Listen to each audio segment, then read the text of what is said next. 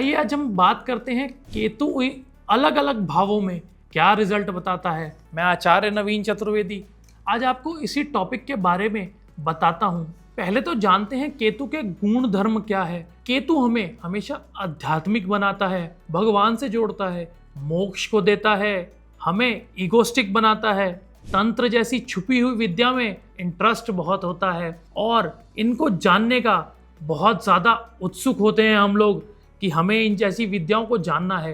अब बात करते हैं Ketu in first house. Ketu first house में हमें अकेलापन दिखाता है, हमें कमजोर बनाता है, हमारी जो शारीरिक स्थिति है उसमें कमी करता है और तो और हमें इगोस्टिक और कई बार डिप्रेशन वाला भी बनाता है। सेकंड भाव में ज्यादातर केतु खर्चा बढ़ाता है। जितने भी हमारे रिलेटिव्स है, क्योंकि सेकंड हाउस कुटुंब का भाव है, तो हमारे कुटुंब से या तो हम दूर जाके रहते हैं या उनसे हमारी बातचीत नहीं होती, जिससे हमारे काम बिगड़ जाते हैं, हमारा परिवार बिगड़ जाता है। सेकंड हाउस हमारी बोली का भी होता है, तो कई बार ऐसा जातक बहुत कड़वे वचन बोलने वाला होता है जिससे उसके सारे काम रुक जाते हैं। तीसरे भाव में केतु जो है बहुत धनी बनाता है, क्योंकि एक कहावत है कि पापी ग्रह पाप भाव में अधिकतर अच्छे रिजल्ट्स दिखाते हैं। तो 3, 6, 11 ये त्रिशडाएं हैं, इसमें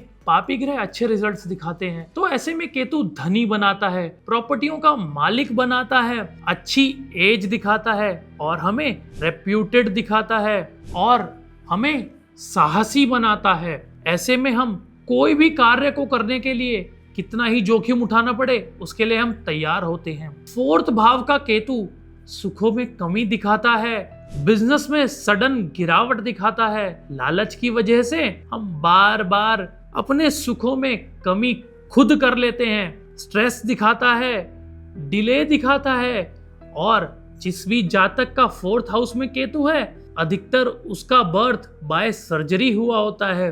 फिफ्थ हाउस में केतु बच्चों की चिंताओं के बारे में सताता रहता है, हमारे डाइजेस्टिव सिस्टम को खराब करता है, हमारे घर की जो सेविंग्स होती हैं बहुत कम होती हैं और ओल्ड एज में बच्चों से होने वाले सपोर्ट उनको बहुत कम करता है।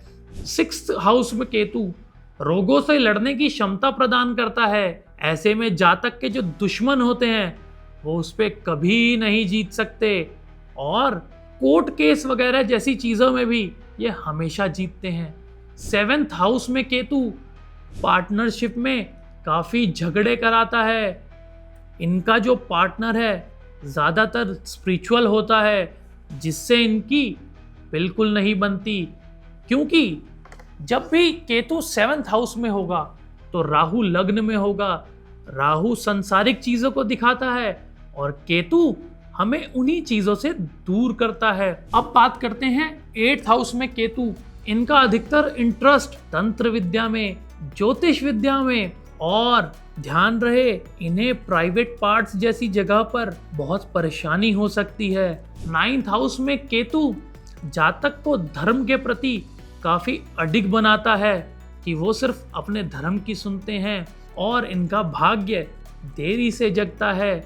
इनके संपर्क जो होते हैं वो आध्यात्मिक गुरुओं से अधिक होते हैं जिनसे वो बार बार उनकी शरण में जाते हैं। 10th हाउस का केतु अपने पिता से, जातक के पिता से उसकी दूरी बनाता है। जातक किसी एजेंसी में हो सकता है जैसे कि रॉ जो छुप के काम करती हैं और 10th हाउस का केतु सडन चेंज भी दिखाता है। ये अपने व्यवसाय में बार बार चेंज लाते रहेंगे। 11th हाउस का केतु इनकी इच्छाएं जल्दी पूरी होती है पर लेट होती है। दूसरा, उतार चढ़ावों को दिखाता है। छोटे भाई बहनों से धोखा भी मिल सकता है या छोटे भाई बहनों से कम बनती है। 12वें हाउस का केतु हमेशा नींद में परेशानी लाता है, मोक्ष को दिखाता है, क्योंकि केतु क्या है, गुड फिनिशर, जो हमारे कर्मों को इस तरीके से खत्म करता है जैसे कि मक्खन पर छुरी फिराने समान। तो वो हमसे कर्म ही ऐसे करवाता है जिससे कि हम मोक्ष को चले जाएं, क्योंकि ये ज्योतिष का, नाड़ी ज्योतिष का एक सूत्र है, 12वें भाव का केतु हमेशा मोक्ष को दिखाता है।